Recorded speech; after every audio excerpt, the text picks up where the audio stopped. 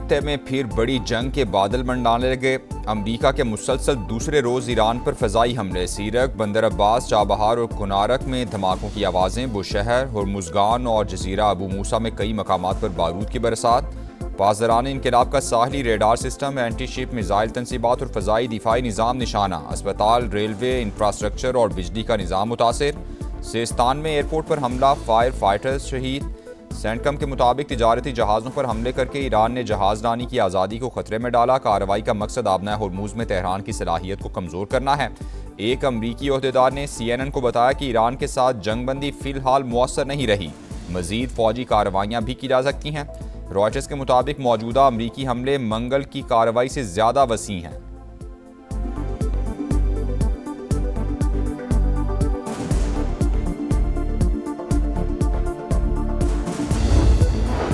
ایرانی حملوں پر 20 گنا زیادہ طاقت سے جواب دیں گے۔ امریکی صدر کی ایئر فورس ون میں صحافیوں سے گفتگو، کہا ایران کو آج ہم نے بہت بڑا دھچکا دیا۔ تہران ہمارے ساتھ معاہدہ کرنے کی بھرپور کوشش کر رہا ہے، لیکن مجھے اس کی سنجیدگی پر شک ہے۔ یقین نہیں کہ وہ مستقبل میں کسی بھی معاہدے کی پابندی کرے گا۔ ہم پہلے ہی ایران کے خلاف فوجی فتح حاصل کر چکے ہیں، اس کے پاس اب بہت کم صلاحیت باقی رہ گئی ہے۔ اس سے پہلے انقرہ میں پریس کانفرنس کرتے ہوئے صدر ٹرمپ نے کہا ایران کی پہلی اور دوسری قیادت ختم کر دی، کیا پتہ تیسری کو بھی ختم کرنا پڑے۔ صدر ٹرمپ نے خود پر حملے کا خدشہ بھی ظاہر کر دیا، بولے ہو سکتا ہے میں مارا جاؤں کیونکہ میں ایران کی ہٹ لسٹ پر ہوں۔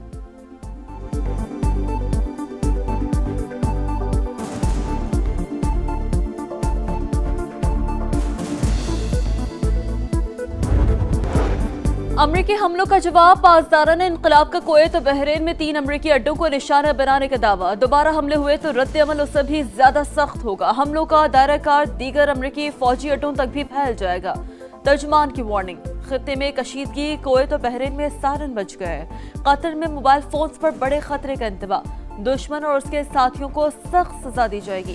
ایرانی سپریم لیڈر کے مشیر محسن رضائی کا سخت رد عمل، خاک جزیرے پر قبضے سے متعلق ٹرمپ کے بیان پر بولے ہم تمہارا انتظار کر رہے ہیں، وعدہ کرتے ہیں ایک بھی امریکی فوجی زندہ واپس نہیں جائے گا۔ اسپیکر ایرانی پارلیمنٹ باقر قالیباف نے کہا امریکہ کو دھونس دھمکی اور وعدہ خلافی کی قیمت چکانا پڑے گی۔ آبنہ ہرمز دھمکیوں سے نہیں، صرف اور صرف ایرانی انتظامات کے تحت ہی کھل سکتی ہے۔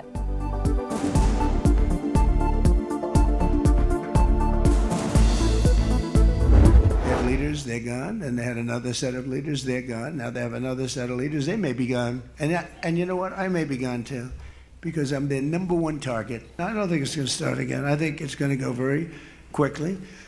They hit a couple of ships, and so we hit them much harder. When they hit, we hit 10 times harder. You know, we hit much harder than they do.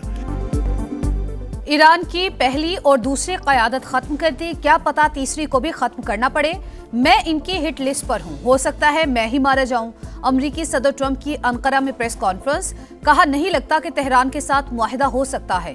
پاگل لوگوں کو کسی بھی صورت جوہری ہتھیار رکھنے کی اجازت نہیں دی جا سکتی۔ ان کے ساتھ سیاسی کھیل کھیل سکتے ہیں، جنگ دوبارہ شروع نہیں ہوگی، لیکن انہوں نے حملہ کیا تو 10 گنا زیادہ طاقت سے جواب دیں گے۔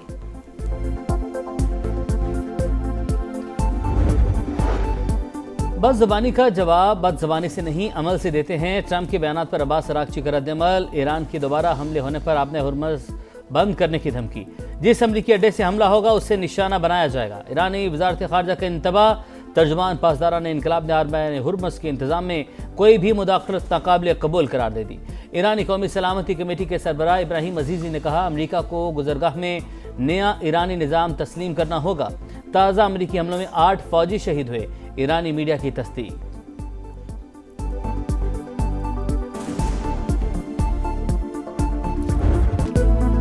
سرحد پار سے ہونے والی دہشت گردی کو پوری قوت سے کچل دیں گے، قوم کی حمایت سے دہشت گردوں اور ان کے سہولت کاروں کے ٹھکانے ختم کریں گے۔